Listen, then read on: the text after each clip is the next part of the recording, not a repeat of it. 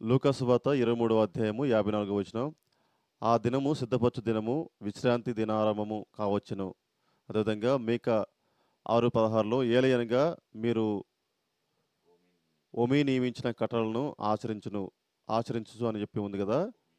ఈ యొక్క వాక్యానికి వివరణ అడుగుతున్నారండి. ఇక 6:16 ఇంగ్లీష్లో తెలుగులో రెండు చదవండి, మీకు అర్థమవుతుంది. ముందు ప్రశ్న మీరు అడిగారు, మరి సిద్ధపరచు దినము అన్నప్పుడు విశ్రాంతి దినానికి ముందుగా సిద్ధపాటు అనేది జరిగేది. సో శుక్రవారం సిద్ధపాటు రోజు, అంటే గురువారం రోజే ప్రభు సిలువేయబడ్డా. మరి 3 రోజులు రావాలంటే యేసుప్రభు వారు సిలువేయబడింది గురువారం రోజా? పలు విధాలుగా వాదోపాదాలు ఉన్నాయి. ఏదేమైనా ప్రభు మరణించింది మాత్రం సిలువేయబడింది నిజం, 3వ రోజు తిరిగి లేచింది నిజం.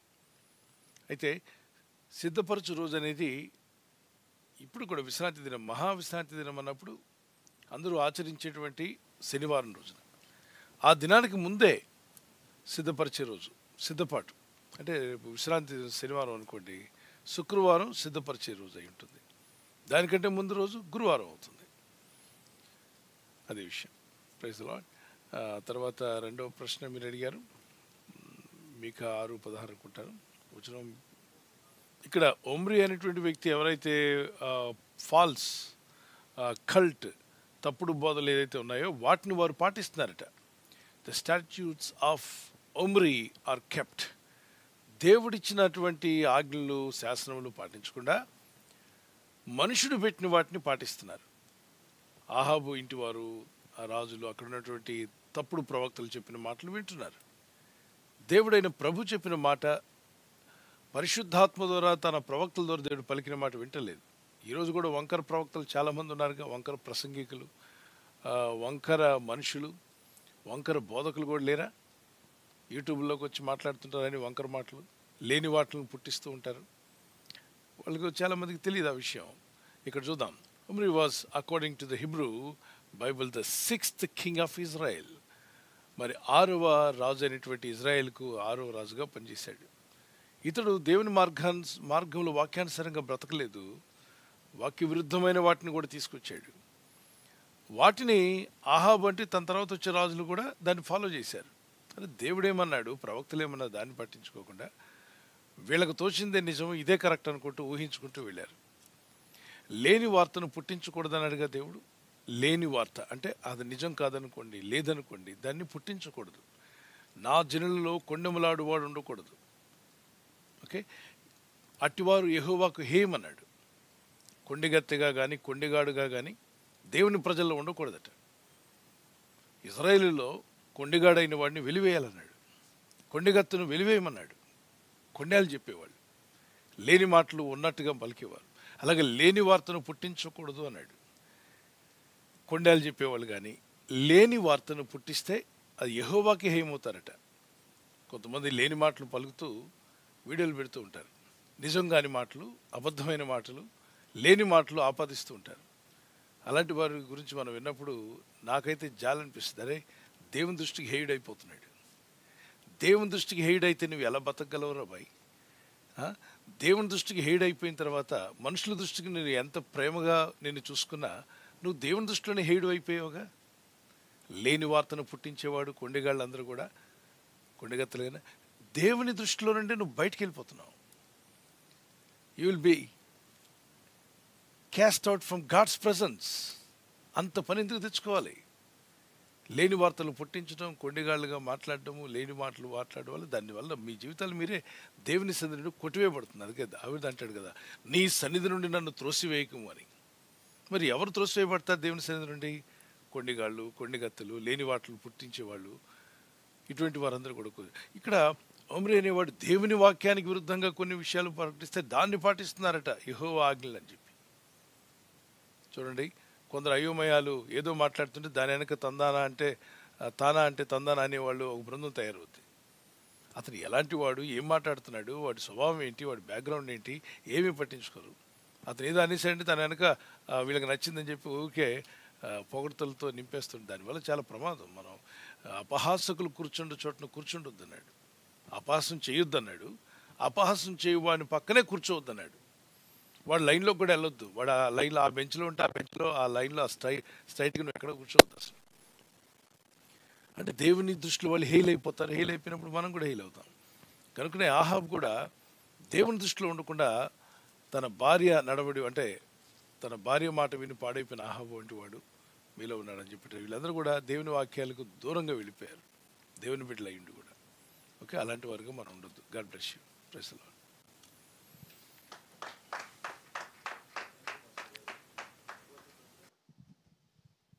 థ్యాంక్ యూ పాస్టర్ గారండి. సిస్టర్ రాజరత్నం గారు ఈ విధంగా ప్రశ్న అడుగుతున్నారండి. నిర్ధారణ బాప్టిస్ము ఒకటేనా? అదేవిధంగా నిర్ధారణ అంటే ప్రభు వల్ల తీసుకోవడమేనా? బాప్టిస్ము అంటే పేరు మార్చడమా? ప్రభు వల్ల బిషప్ తండ్రి ఇవ్వాలా, పాస్టర్ ఇవ్వకూడదా? ఈ ప్రశ్నలు అడుగుతున్నారు పాస్టర్ గారండి.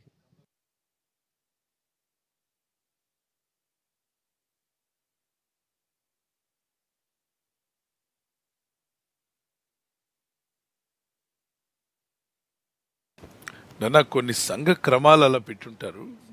సంఘాల్లో ఒక క్రమం పెట్టుకుని ఉంటారు.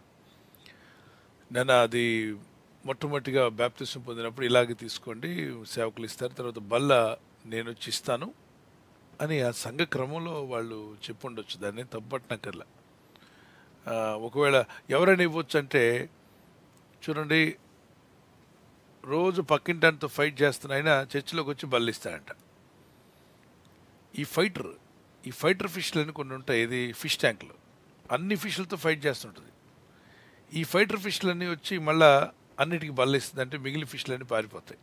ఎందుకంటే మిగిలిన ఫిష్ ట్యాంక్లో అర్థమైపోయింది ఈ ఫైటర్ ఫిష్లని. అలాంటి ఫైటర్స్ మారు మనసు లేని వాళ్ళు, భక్తి లేని వాళ్ళు, దేవునితో నడవని వాళ్ళు, పరిశుద్ధాత్మ అనుభవం లేనివారు, వారు చేసిన పాపాలకు పశ్చాత్తాపం లేనివారు, ఇలాంటి వాళ్ళు బల్ల పట్టుకోకూడదు, ఇవ్వకూడదు. ఒకవేళ దైవ సేవకుడు వీళ్ళు ఎక్కువ మంది ఆత్మలు ఉంటాయి కదా, వీళ్ళందరిలో పరిచయం చేస్తారు, ఎప్పుడు నుండి వస్తున్నాడు బ్రదర్ రండి మీరు పరీక్షించుకున్నారా, మీ హృదయ పరీక్ష చేసుకున్నారని చెప్పి అడిగి వాళ్ళు హృదయ పరీక్ష చేసుకుంటే వారికి ఇవ్వచ్చు. స్ట్రిక్ట్గానే చెప్తారు దైవ సేవకులు. కానీ మధ్యలో అయోమయాలు ఉంటారు చూసారా, ఈ అయోమయాల వల్ల చాలా తలనొప్పి ఉంటుంది. ప్రతి చర్చిలో కొన్ని అయోమయాలు ఉంటాయి. భక్తులను తీసుకురా నాయన అంటే ఈయనకు నచ్చిన కూడా తీసుకొచ్చేస్తాడు రా బ్రదర్ అని. ఆయనకి మారు మనసు ఉండదు, దేవునితో నడిచిన ఉండడు. ఈయన ప్లేట్ తీసి ఆయన చేతిలో పెట్టేస్తాడు. ఆయన ఫస్ట్ టైం ఊహించుకుంటాడు, నేను ఇంట్లోనే నా భార్య ముందే సాక్ష్యం లేదు, ఇప్పుడు ప్రజల ముందు నేను ఇస్తున్నానని ఫీల్ అయిపోతాడు. ఏదో బెంజిలార్ ఎక్కి డ్రైవ్ చేస్తున్నట్టు ఫీల్ అవుతాడు ఆయన. ఇద్దరు తప్పు చేసినట్టే. ఈ ఇచ్చినోడు తప్పు చేశాడు.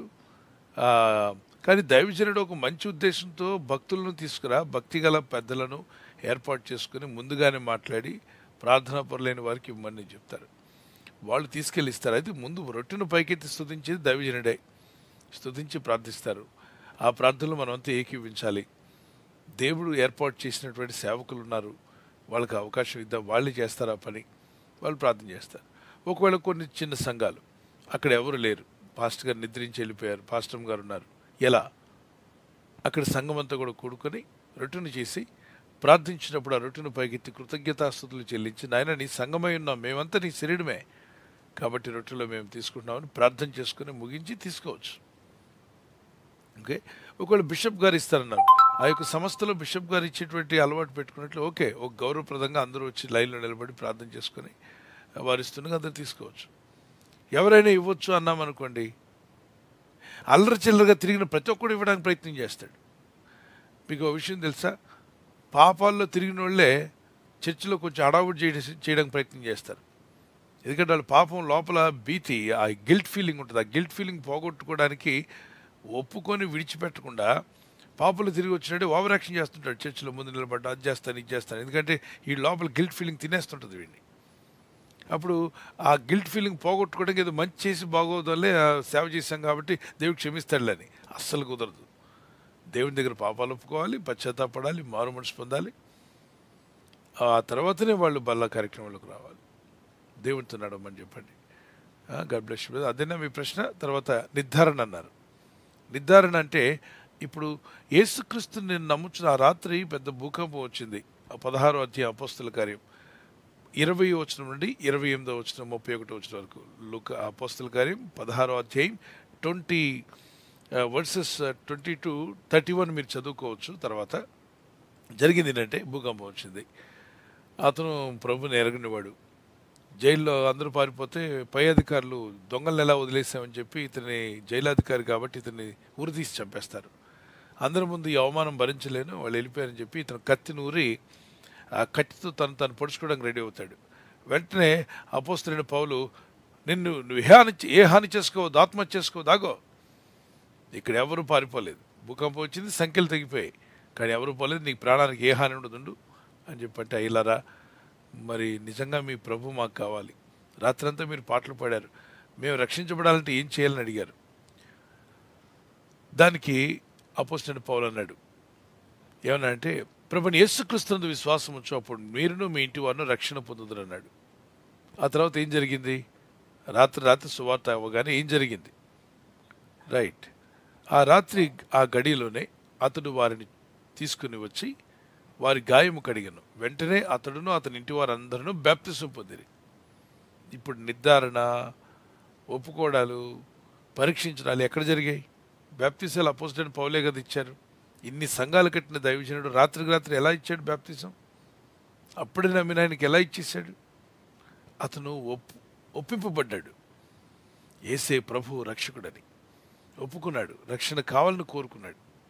తెల్లవారితే అక్కడ పరిస్థితులు వేరుగా ఉంటాయి. పౌలు గారు వీళ్ళంతా వెళ్ళిపోవాలి. అక్కడ కొన్ని కార్యక్రమాలు జరగాల్సి ఉన్నాయి. బాప్తిసం అనేది ఖచ్చితంగా జరగాలి. సో రాత్రి బాప్తిసం అయింది. దారిలో వెళ్తూ ఉండగా రథం దిగి, ఇదిగో నీళ్లు, నాకు బాప్తిసం అని అడిగితే 8వ అధ్యాయంలో నీకు నిర్ధారణ రావాలి, నిర్ధారణ అయిన తర్వాత వచ్చేస్తామని. అట్లా కాదు, అప్పటికప్పుడే బాప్తిసం ఇచ్చారు. అయితే చిన్నపిల్లలు ఎదిగి వస్తున్నారు, 16 సంవత్సరాలు. మా బాబుకి బాప్తిసం ఇవ్వండి అంటది వాళ్ళమ్మ. వాళ్ళ నాన్నగారు వచ్చి మా పాపకి ఇచ్చేయండి అంటారు. వీళ్ళ ఉద్దేశం ఏంటంటే వీళ్ళు ఎక్కడ లోకంలో పడకుండా ఉంటారు, లోకంలో పడితే పాపాల్లోకి పోయి వాళ్ళ జీవితాలు నాశనం చేసుకుంటారని, తీసుకురా బాప్తిసం, తీసుకురా అంటే, బాప్తిసం తీసుకుంటేనే వాడు నిలబడతాడు, ఈ బాప్తిసం తీసుకుంటే ఈ కుమార్తె పాపంలో పడకుండా ఉంటుంది అనే ఆలోచన వీళ్ళది, పేరెంట్స్ది. మంచిదే, కానీ ఇంతకీ ఆ ఇద్దరు యవనస్తులు నిజంగా నిర్ధారణ ఉందా? ప్రభువుని నమ్ముకున్నారా? యేసు రక్షణ అంగీకరించారా? అవి దైవసేవకుడు అడుగుతాడు. అడిగి, నాన్న ఎవరు తీసుకోమంటే తీసుకుంటున్నా, మా అమ్మ చెప్పిందని అయితే కుదరదు, మా నాన్న చెప్పాడని కుదరదు, మా ఫ్రెండ్స్ తీసుకుంటున్నారని కుదరదు. మరి ఎప్పుడు నేను పశ్చాత్తాపడ్డాను, నేను ప్రార్థన చేసినప్పుడు నాకు మారుమనసు కలిగింది, ఈ లోక మార్గంలో ఏంటో నాకు అర్థమైపోయి ఆ పాడు మార్గంలోకి వెళ్ళి నశించిపోవడం కంటే జీవ మార్గమైన యేసుక్రీస్తుని వెంబడించాలనుకుంటున్నాను, ఆయన రక్షకుడు, నేను నా ప్రభుతో కూడా జీవించాలనుకుంటున్నానని వాళ్ళు అడిగిన ప్రశ్నలకు ఖచ్చితమైన మారుమనసు తగిన ఆన్సర్స్ వాళ్ళు ఇవ్వగలిగితే, ఎస్, ఈ కుమారుడు మారుమనసు పొందాడు, ఇతను బాప్తిసం పొందడానికి అర్హుడు అని బాప్తిసం ఇచ్చిన తర్వాత బలలో నడిపిస్తారు. Okay brother, God bless you. అది పిల్లల విషయంలో. పెద్దల విషయంలో నిర్ధారణ, వాళ్ళు మారుమనసు పొందారు లేదు చూడడమే వాళ్ళ విషయంలో కూడా. God bless you.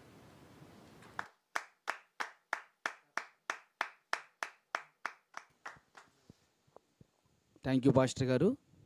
తర్వాత ప్రశ్న బ్రదర్ రాము గారు విజయవాడ నుంచి ఈ విధంగా ప్రశ్న అడుగుతున్నారు. పాస్టర్ గారు, ఒక మనిషిగా మనం చూపుల్లో కావచ్చు, తలంపుల్లో ద్వారా కావచ్చు, పాపం చేయకుండా ఉండడం సాధ్యమేనా? పాపంలో పడకుండా ఉండాలంటే ఏం చేయాలి అనే విధంగా ప్రశ్న అడుగుతున్నారు పాస్టర్ గారు.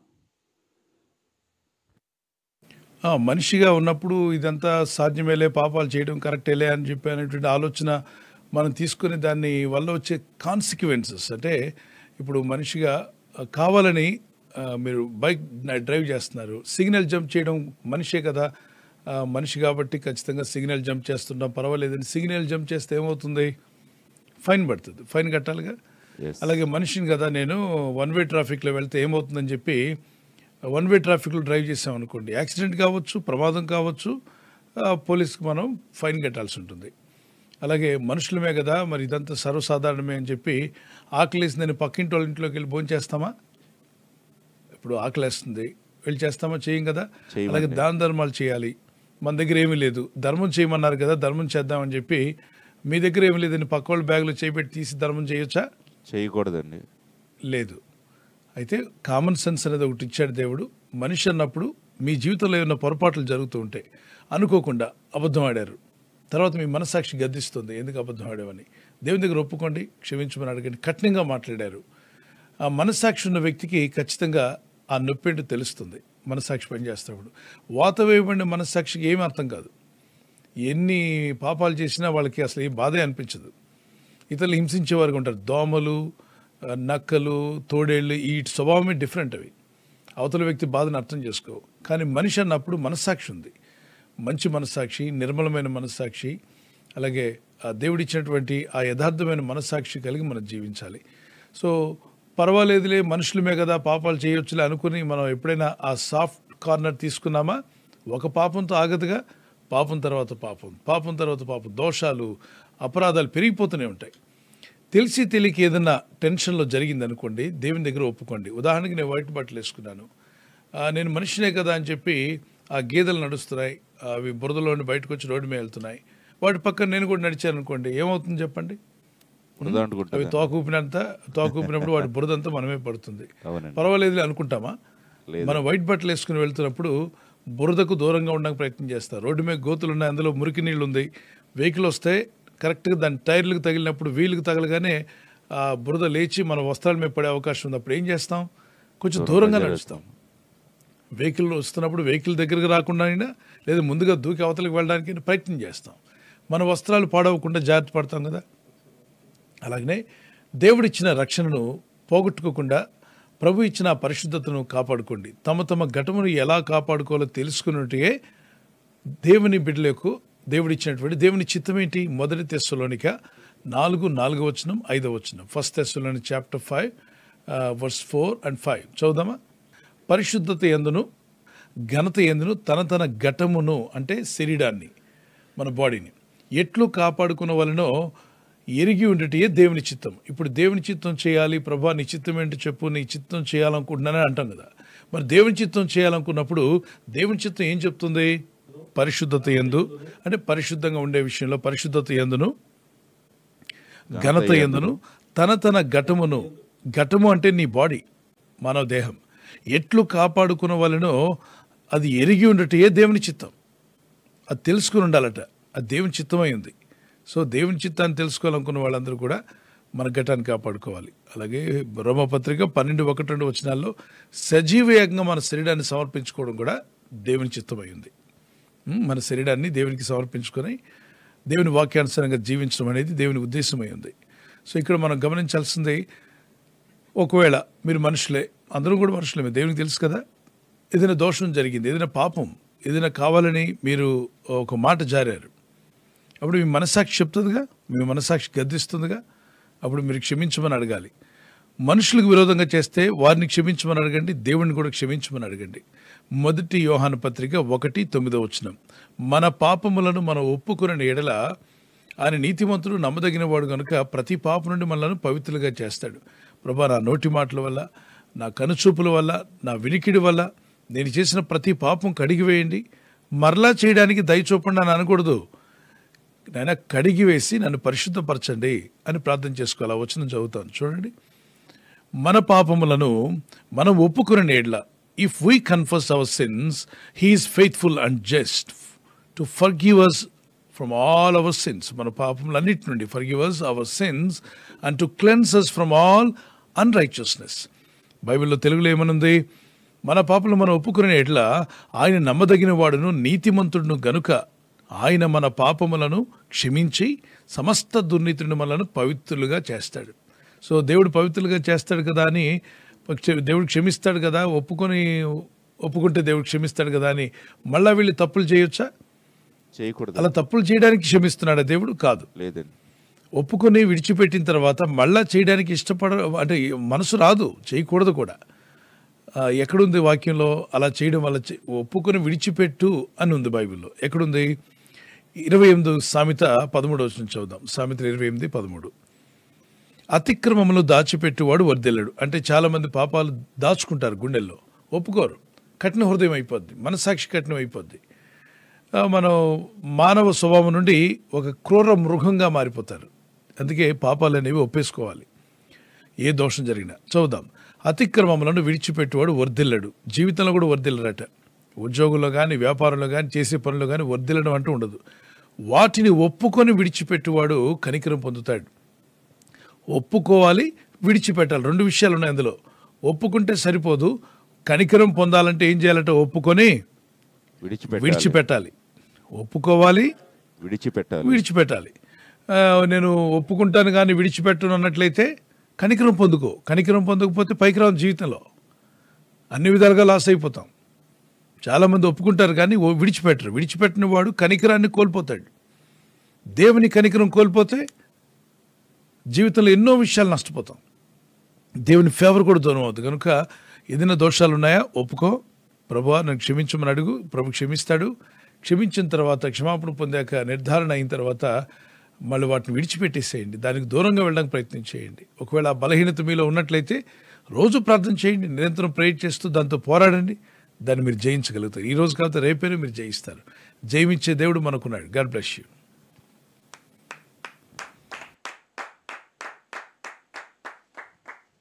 థ్యాంక్ యూ పాస్టర్ గారు. తర్వాత ప్రశ్న మంజుల గారు నంద్యాల నుంచి అడుగుతున్నారండి.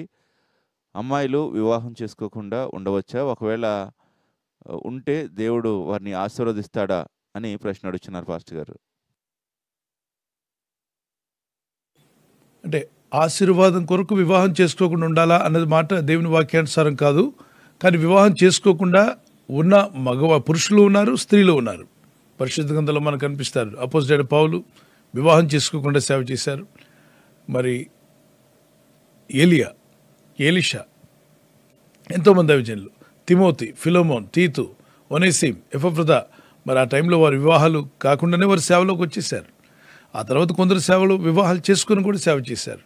వివాహం చేసుకోకుండా చేసేటువంటి పిలుపు దేవుడు ఇచ్చుంటే ఆ విధంగా కూడా ఉంటూ దేవుని సేవ చేస్తూ దేవుని పరిచయంలో ఉంటూ నమ్మకస్తులుగా ముందుకు సాగి దేవుని కృపలో వర్ధిల్లండి. అనేక ఆత్మలు రక్షించేవారుగా దేవుని రాజ్య విస్తరణ కొరకు వాడబడండి. ఆ పిలుపు మీకు లేదనుకోండి, ఆ పిలుపు, ఆ ప్రత్యేకత లేకపోతే అప్పుడు ఖచ్చితంగా వివాహం చేసుకోవడంలో తప్పులేదు. అందుకే కామాతురతతో మిమ్మల్ని మీరు చావగొట్టుకోవడం కంటే మీరు వెళ్ళి వివాహం చేసుకోండి. కామాతురతతో మీరు కాలిపోవడం కంటే వివాహం చేసుకోండి, నో ప్రాబ్లం, అందులో తప్పు లేదు అన్నాడు. మరి వివాహం చేసుకోకుండా ఉండేటువంటి వాళ్ళు ఆ పిలుపు తగినట్టుగా ఉండాలి. దేవుడు వారికి ఆ పిలుపు, ఆ ప్రత్యేకతను ఇచ్చినట్లయితే it's a blessing to them. ఖచ్చితంగా దేవుడు వారిని గుర్తిస్తాడు, ఆ తగిన ఫలితం వారికి దయచేస్తాడు. ఎందుకంటే వివాహం చేసుకోకుండా ఉన్నవారు వారి సమర్పణతో దేవుని పరిచయంలో ఉన్నారు కాబట్టి దేవుడు వారిని ఎందుకు గుర్తించడు? గుర్తిస్తాడు. ఖచ్చితంగా దేవుడు వాని క్రియ చొప్పున ప్రతి వానికి ప్రతిఫలం ఇస్తానడుగా అని చెప్పి దేవుని పిలుపు లేకుండా నేను ఇలా ఉంటానని అలా ఉంటాను అనుకుంటే ప్రతి ఒక్కరు దేవా నీ చిత్తం ఏంటో నెరవేర్చమని ప్రార్థన చేసుకోండి. వివాహం చేసుకోకుండా ఉండేటువంటి పిలుపు దేవుడు ఇచ్చి ఉంటే ఆ విధంగా ఉన్న అనేక మంది దేవుని సేవ చేశారు. ఆ విధంగా పరిచయంలో కొనసాగవచ్చు. లేదు పిలుపు ఉంది, వివాహం చేసుకొని కూడా దేవుని వెంబడించేట్టు మోషే ఆయన కుటుంబం, అబ్రహాం ఆయన కుటుంబం, అలాగే బైబిల్లో మంచి యెహోషువ నేను నా ఇంటి వారు అన్నాడు. సో వివాహం అనేది దేవుడు ఏర్పాటు చేసింది. వివాహం లేకుండా సేవ చేయడం కూడా దేవుడు ఏర్పాటు చేశాడు అనేక మంది జీవితాల్లో. అలా చేసిన వాళ్ళు కూడా మనకున్నారు. 1 కొరింథీ పత్రిక 7వ అధ్యాయం ఒక 10 సార్లు చదవండి, మీకు అర్థమైపోతుంది ఫ్రెండ్. God bless you.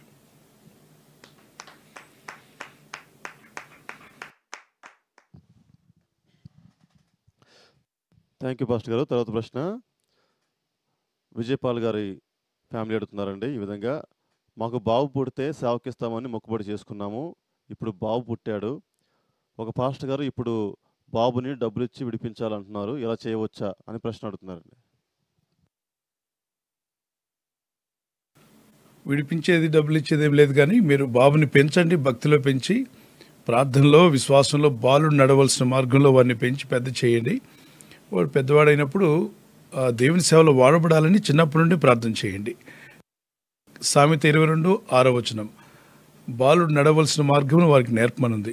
పాత నిబంధన కాలంలో యూదులు చేసిన పనిని మనం ఇప్పుడు ఏం చేయట్లేదు కదా, కాబట్టి పాత నిబంధన వాక్యం చూపించి ఏడిపించుకోవడాలు, డబ్బులు ఇచ్చుకోవడాలు అవన్నీ లేవు. ఇప్పుడు క్రీస్తునందు ఉన్నారు, దేవుని సేవకి ఇవ్వాలనుకున్నారు, ప్రభు మంచి మిషనరీ సేవకుడిగా తయారవ్వాలి మా బాబుని ప్రార్థన చేయండి. ప్రార్థించి ప్రభుకి అప్పగించండి, చదివించండి. చదువు ముగించుకునే టైంలో కూడా రోజు చెప్పండి, నాన్న నువ్వు దేవుని సేవకు సమర్పించుకున్నవాడు అని. అలా కాకుండా డబ్బులు ఇచ్చి విడిపించుకుంటే డబ్బులు ఇవ్వగానే సేవకుడు అయిపోతాడా? నో. మీరు కృత నిబంధన కాలంలో ఉన్నాం, అర్థం చేసుకోండి. God bless you.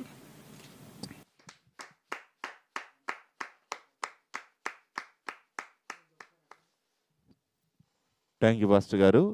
తర్వాత ప్రశ్న సహోదరి జెసికా గారు అడుగుతున్నారండి కాకినాడ నుంచి. నా పిల్లలు దేవుని సేవ చేయాలని దేవునికి ప్రార్థన చేస్తున్నాను. అయితే వారు జాబ్స్ చేస్తున్నారు. వారు సేవ చేయాలని నేను అనుకోవడం లేదు. దేవుని చిత్తమా లేదా అని నేను ఏ విధంగా తెలుసుకోవాలి అని సహోదరు ప్రశ్న అడుగుతున్నారండి. రైట్. అంటే వారు సేవ చేయాలని మీరు అనుకున్నారు, ప్రార్థనలో పెట్టారు, పరిచయంలో వాడబడాలని మీరు ఆశపడుతున్నారు. ప్రార్థించండి, దేవాన్ని వారిని వాడుకోమని ప్రార్థన చేయండి. ఎక్కడున్నా, ఉద్యోగంలో ఉన్నా, వారు ఏ పనిలో ఉన్నప్పటికీ దేవుని పని చేసేవారికి ఉండాలని ఆశపడండి. వారిని కూడా ఆ విధంగానే ప్రార్థన చేసుకోమనండి, ప్రభు నన్ను వాడుకోమని. సో దేవుడు అనేక స్థలాల్లో అనేకులను వాడుకున్నాడు. దేవునికి సమస్తము సాధ్యమే. God bless you.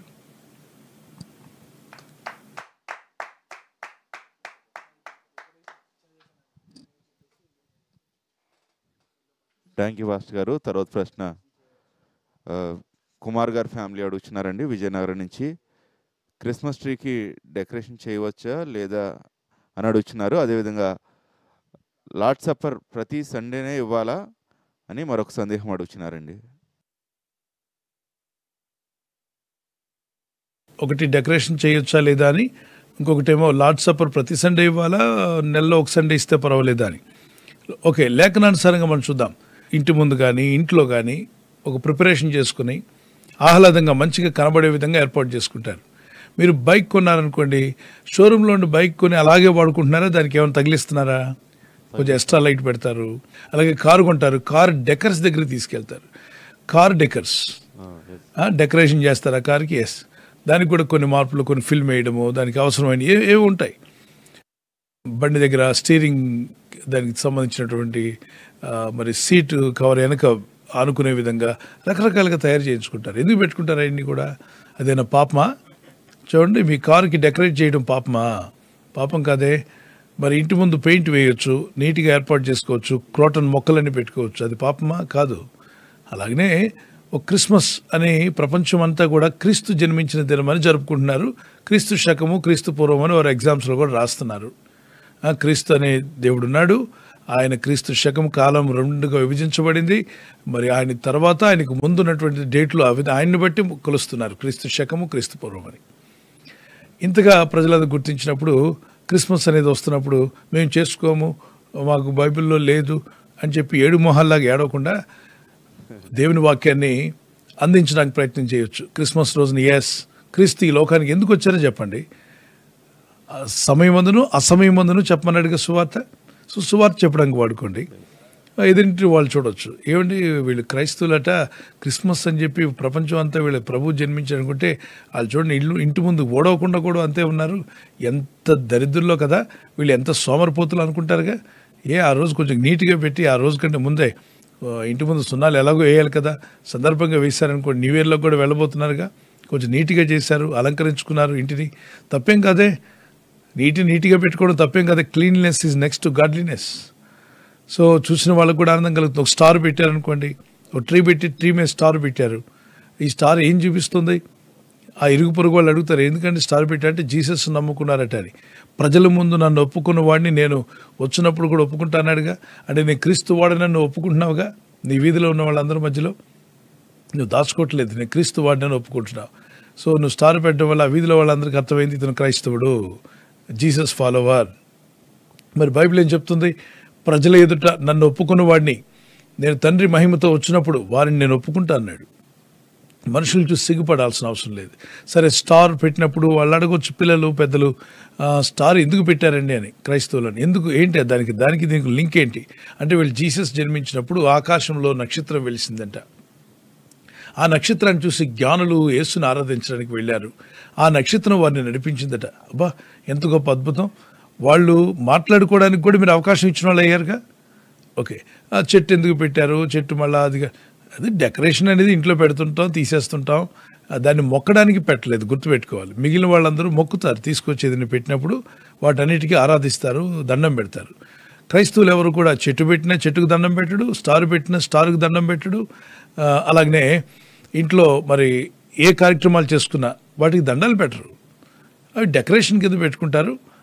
క్రీస్తు ప్రభు వారి లోకానికి వచ్చారు అని చెప్పి తెలియపరుస్తారు. జీవవృక్ష ఫలము, మరి దేవుడైన ప్రభు గిఫ్ట్స్ అన్ని ఆ చెట్టు దగ్గర అన్ని గిఫ్ట్స్ పెడతారు. యేసయ్యే ఈ లోకానికి జీవం ఇచ్చేవాడుగా వచ్చాడు, దేవుడే ఒక కుమారుడుగా ఆయన ఈ లోకానికి రావడం జరిగింది. పరమును విడిచి భూమి కరుదించిన రక్షకుడైన యేసుక్రీస్తు ప్రభువాడు మన ఆత్మ రక్షణ కొరకు తనైన దేవుడు ఆయన కుమారుని, అద్వితీయ కుమారుడు మనకు అనుగ్రహించాడు. సో ఈ విధంగా మనం దేవుని ఘనపరుస్తున్నాం, స్తుతిస్తున్నాం. అందులో కూడా ఒక మంచి చెప్పొచ్చు, పిల్లలకి ఆహ్లాదంగా సంతోషంగా గంతులు వేస్తూ పిల్లలు పాటలు నేర్చుకునివ్వండి. ఆ క్రిస్మస్ తాతలాగా ఒక అతను డ్రెస్ వేసుకొని చాక్లెట్లు పంచాడు అనుకోండి, తప్పేంటి? ఒకప్పుడు ఆయన బిషప్గా ఉండేవారు, ఆయన చేశారని మనం విన్నాం. వాళ్ళ తల్లిదండ్రులు చాలా ధనవంతులు కాబట్టి ఆయనకి వచ్చిన ఆస్తిని పిల్లలందరికీ పంచేవాడు. చర్చిలో పాస్టర్ గారు కదా, ఆ బిషప్ గారు పంచేవారు. ఆ పేర్లు మీరు కూడా పంచాలంటే పంచండి ఎవరో ఒకళ్ళు, దాన్ని తప్ప ఏదైనా గుర్తుపెట్టుకోవాలి.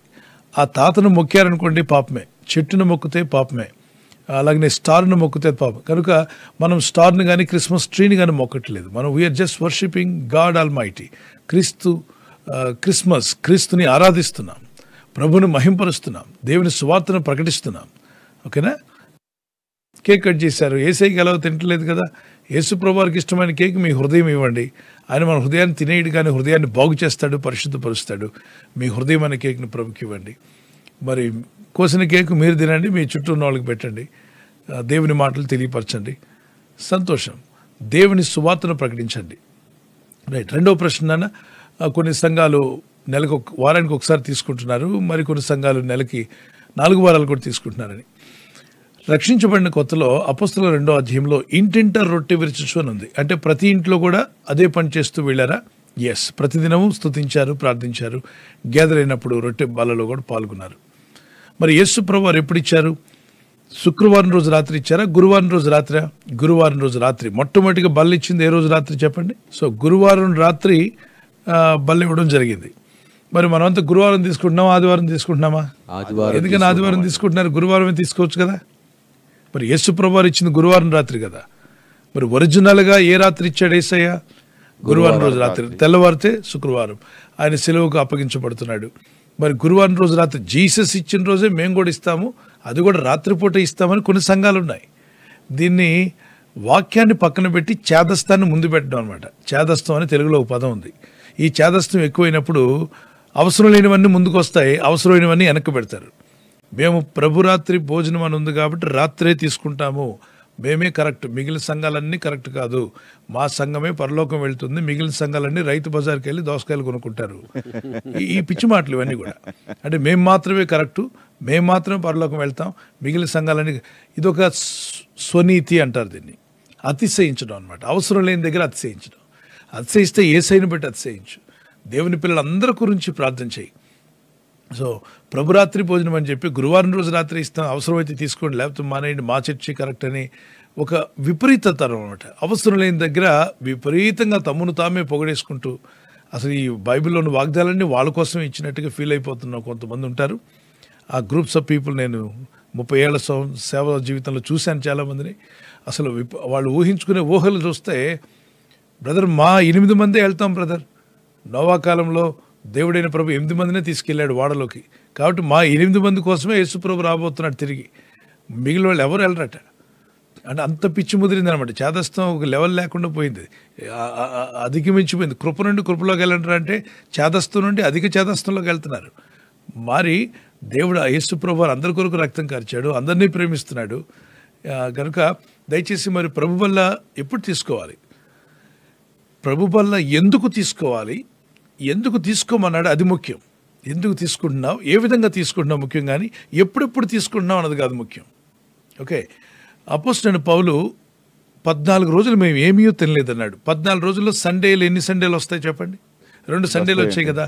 ఏమీ తినలేనప్పుడు 2 సండేలు కూడా ఆయన ఏం తీసుకోలేదు? ప్రభు బల తీసుకోలేదండి, బల్ల తీసుకోలేదు. వాడ ప్రయాణంలో ఉన్నాడు కాబట్టి అపోస్తలుడైన పౌలు అనేక సంఘాలు కట్టిన దైవజనుడు. 2 వారాల్లో ఆయన 2 వారాల్లో కూడా బల్ల తీసుకోలేదు. అప్పుడు ఆయన పాపం చేసినట్ట? ఆయన ఏమన్నా అతిక్రమించినట్ట? మనందరికంటే ముందుండి దేవుని సంఘాలు కట్టుకు దేవుడు వాడుకున్న ఆయన. ఆ సంఘాల స్థాపకులు, సంఘ స్థాపకులు, వాళ్ళు చేసిందే కరెక్ట్. మనం అర్థం చేసుకునేది రాంగ్ అయి ఉండొచ్చు. కానీ ఆయన 2 వారాలు ఏమి తీసుకుంటే 2 ఆదివారాలు బల్లలో పాల్గొన్నారు. ఆ తర్వాత వాడ వెళ్ళి బద్దలైపోయి అది యాక్సిడెంట్కి గురై, అంటే తుఫాన్లో ఆ ద్వీపానికి వెళ్ళి చేరింది. ఆ ద్వీపం నుండి బయటపడడానికి మరొక 15 రోజులు పైన పట్టింది. ఓకే, అంటే వీళ్ళు సుమారుగా ఒక నెల రోజులు ఆయన బలలో పాల్గొనలే. నేను 14వ రోజు తీసుకున్నాడు కదండి, బల్ల తీసుకోలేదు. అందరినీ తినండి, దేవదూత నాతో చెప్పింది, నన్ను బట్టి మిమ్మల్ని అందరినీ దేవుడు రక్షిస్తాడంట. 14 రోజులు ఏమి తినకుండా ఉన్నారు, తుఫాన్లో చిక్కున్నాం, తినండి పర్లేదు మీ ప్రాణాలు పోవని చెప్పి ఒక రొట్టెను పైకెత్తి స్తుతించి తిన్నాడు. అంటే వాళ్ళందరూ రొట్టెలు పైకెత్తి స్తుతించడం అనేది యేసు ప్రభు దగ్గర నేర్చుకున్నారు. యేసు ప్రభు శిష్యులందరూ కూడా అదే. ప్రభు కూడా 5 రొట్టెలు 2 చేపలు ఇచ్చినప్పుడు బల్లెవ్వలే అక్కడ, ప్రభు బల్లెవ్వలేదు అక్కడ. 5 రొట్టెలు 2 చేపలు, ఆ రొట్టెలు పైకెత్తి స్తుతించి వాటిని విరిచి అక్కడ పెట్టాడు, వాళ్ళు తీసుకెళ్ళి పంచారు. అంటే ప్రభు భోజనం చేసే ముందు రొట్టెను పైకెత్తి స్తుతిస్తారు. మరి మీరు అన్నాన్ని పైకెత్తామంటే అన్నం అంతా ఒకవేళ ప్లేట్ తేడా వస్తే కింద నుంచి ఉంటుంది, అవరోహణం చెందుతుంది. కాబట్టి వాళ్ళు రొట్టెలు తింటారు కాబట్టి రొట్టెకి ఎంత పైకెత్తినా ఏం పడదు. మీరు తినే ఆహారము ఆ కూర అన్నీ వేసుకుని గ్రేవీ కర్రీని వేసుకుని పేపర్ ప్లేట్ ఇస్తున్నారు కదా ఈ మధ్య, దాన్ని పైకి ఎత్తారనుకోండి మీరు ప్రార్థన అయ్యేలోగా అంత కింద ఉంటుంది. కనుక రొట్టెలు ప్రార్థన చేసుకొని మీరు భోజనం చేయొచ్చు. ఓకే, మరి యేసు ప్రభు వారు ఎందుకు తీసుకోమన్నారు? 1 కొరింథీ 11వ అధ్యాయం 23 నుండి 30 వచనం వరకు చదవాలి. అది మీరు చదివితే ఎందుకు తీసుకోవాలి, ఎప్పుడు ఎవరు తీసుకోవాలన్నది ఉంది. వివేచించకుండా, ప్రభు శరీరం మరి వివేచించకుండా, తమ్ము పరీక్షించుకోకుండా తీసుకున్నవాడు శిక్ష పొందుటకే తీసుకుంటున్నాడట. కాబట్టి శిక్షకు అర్హులు కాకుండా ప్రభునందు విశ్వాసం ఉంచి నమ్మి బాప్తిసం పొంది అందరినీ క్షమించిన హృదయంతో బల్ల తీసుకుంటే అది మీకు దీవెన, అది మీకు ఆశీర్వాదం. That is a blessing. ఓకేనా? అయితే ప్రతి ఆదివారం తీసుకోవాలి, లేకపోతే అది పాపం అవుతుంది అని ఒక్క లేఖనం ఎక్కడని చెప్పారా? ప్రభు చెప్పారా? చెప్పలా. అయితే తీసుకోమన్నాడు యేసయ్య. ఎస్, ఖచ్చితంగా తీసుకోమన్నాడు. ఎప్పుడు ఏంటి టైమింగ్ చెప్పలా. ఈ టైంలో తీసుకోండి, లేదు రాత్రే తీసుకోండి, పగలే తీసుకోండి, ఎప్పుడు పడితే అప్పుడు తీసుకోవడానికి లేదు. ప్రతి ఆదివారం ఖచ్చితంగా తీసుకొని తీరాలి అనే ఆజ్ఞ లేదు. తీసుకోమన్నది మాత్రం ఆజ్ఞే, కానీ ఎప్పుడు తీసుకోవాలి అన్నది ఆజ్ఞ కాదు. సో ఆదివారం దైవ సేవకులు ఇచ్చినప్పుడు తీసుకోండి. ఒకవేళ నెక్స్ట్ మళ్ళీ 4 వారాల తర్వాత ఇచ్చారనుకోండి తీసుకోండి. మనం గ్యాదర్ అయినప్పుడు ప్రభు బలలో పాల్గొంటున్నాం, ప్రభు స్తుతిస్తున్నాం. కొన్ని సంఘాలు 2 సార్లు ఇస్తారు, తీసుకోండి. ఒకే ఆదివారం ఆరాధనలో వాలంటీర్గా పాల్గొన్నప్పుడు ఉదయం నుండి సాయంకాలం వరకు 7 ఆరాధనలు మా దగ్గర ఉంటాయి. 7 ఆరాధనలోకి వచ్చిన వాళ్ళందరికీ ఇస్తుంటాం. మరి అక్కడ ఉన్న వాళ్ళు అటెండ్ అయ్యి నేను 7 వర్షిప్స్లో కూడా ఉంటాను తీసుకోవచ్చు అంటే తప్పులేదు. నువ్వు ఎగతాళి చేయట్లేదు, దాన్ని దూషించట్లేదు.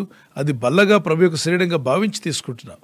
ఆయన శరీరంలో మనం కూడా ఏకమై ఉన్నాము, నిత్య జీవానికి వారసులమై ఉన్నాము అని దాని గుర్తింపు కొరకే ప్రభు మనతో చెప్పాడు. ఆయనను జ్ఞాపకం చేసుకున్నట్టుగా తీసుకోమన్నాడు. మరి ఆయన ఎప్పుడెప్పుడు జ్ఞాపకం చేసుకుంటాం?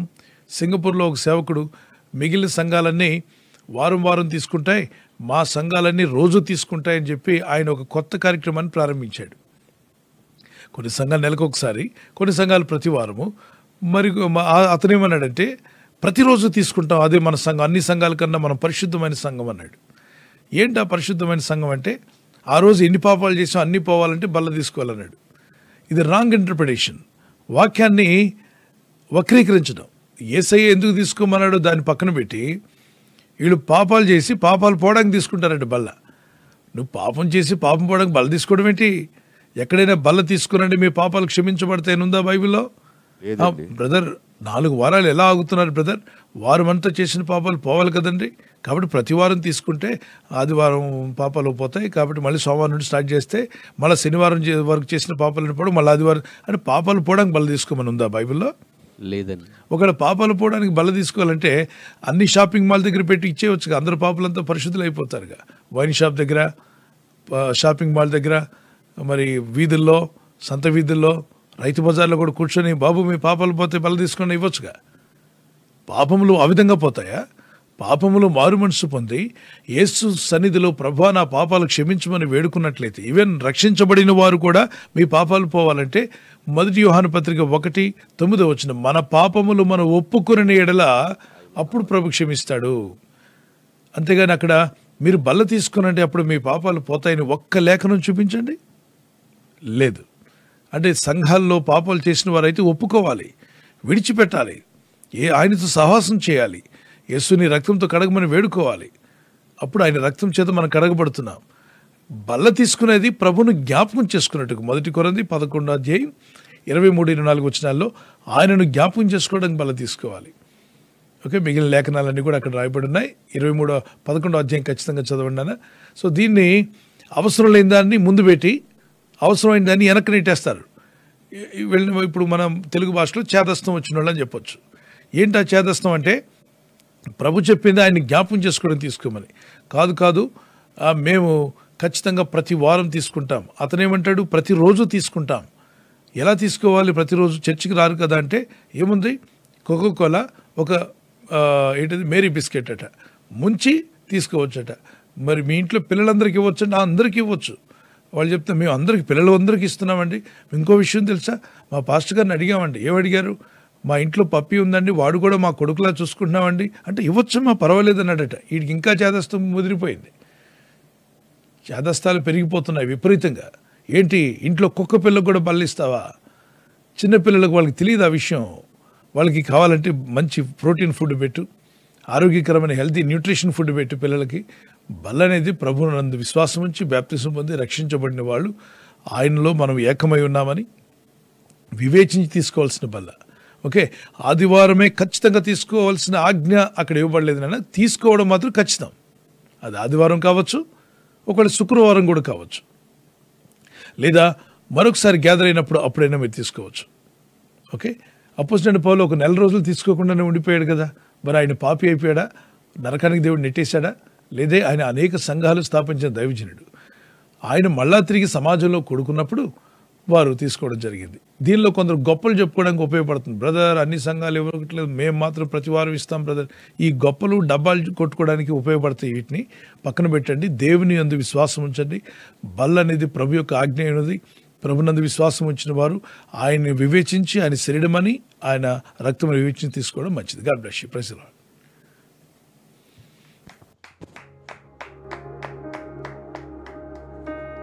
థ్యాంక్ యూ పాస్టర్ గారండి.